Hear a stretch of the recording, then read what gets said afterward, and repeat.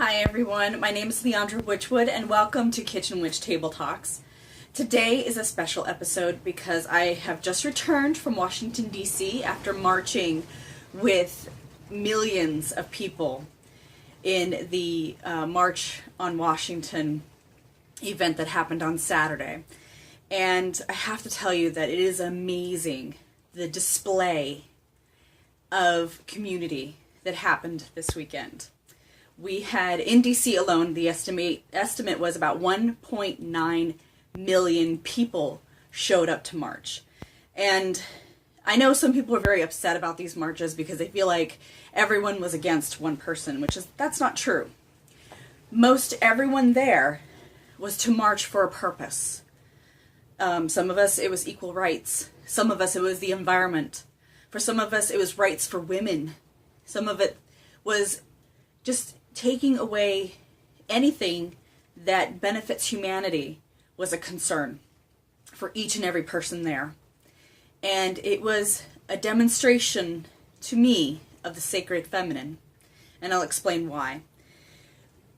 When you start studying the sacred feminine, you realize that feminine power is unique.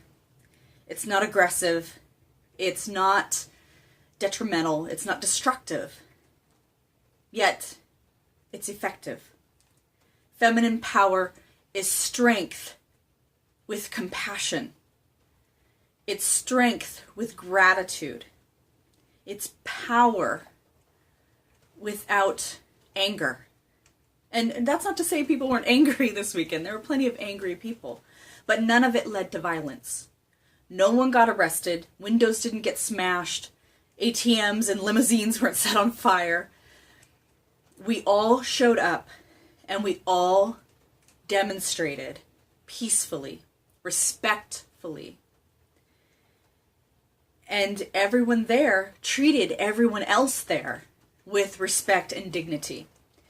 And this weekend was a true display of how communities can come together and how we can show the world our power without being belligerent or aggressive. And to me, that is what the sacred feminine is. It is being able to stand in our own power and show the world what we're made of without destroying or tearing anyone down. And especially without destroying or tearing property down. We didn't destroy anything. Now, there was a lot of trash left behind, which is expected. With any kind of large gathering, you're going to have garbage. You're going to have things left behind. Some of them were protest signs. Many of them were placed strategically. Save the Earth posters and Save Our Mother posters were strategically placed in front of the EPA. You know, posters of women's rights or human rights were placed at the base of statues. That's the point I'm making here, is that harm was never intentionally done. But we all stood in this power, shoulder to shoulder, cramped in between hundreds and thousands of people, chanting and cheering for things that we know in our heart to be true. Human decency.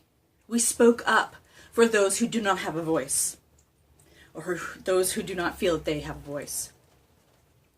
So this past weekend was a great demonstration of how feminine power can be exercised and how effective it really is. And of course, the job is not done. There's much more to do as we move forward in the next few hundred days. Several thousands of days, years in fact.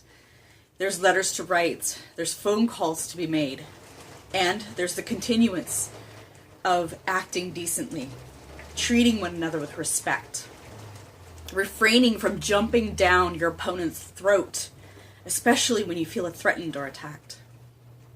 And that is the beauty of the sacred feminine. We do not have to attack, we just have to stand.